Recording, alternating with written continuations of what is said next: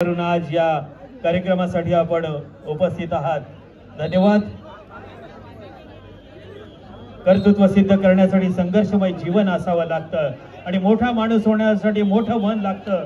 रसिको कर्तृत्वाने मनाने मोठे असलेले आदरणीय दिनेश मलपे साहेब आपल्या वेळात वेळ काढून आज आपल्या भव्य दिव्य अशा या मुख्यमंत्री चषकासाठी खास मुख्यमंत्रीच आज आमच्या इथे आलेत की काय असंच आम्हाला वाटतंय आणि दिनेश मलपे साहेब यांचे यथोचित असं स्वागत थोड्याच वेळात होईल।